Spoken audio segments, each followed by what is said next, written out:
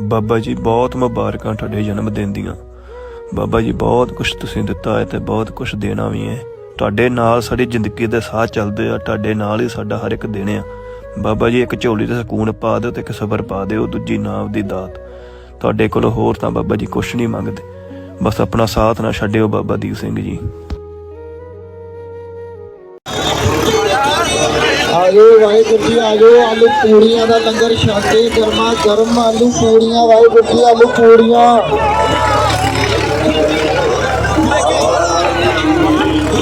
आजो आजो वाहेगुरु जी आलू पूड़ियां का लंगर छाके, वाहेगुरु जी लाइन से आओ वाहेगुरु जी।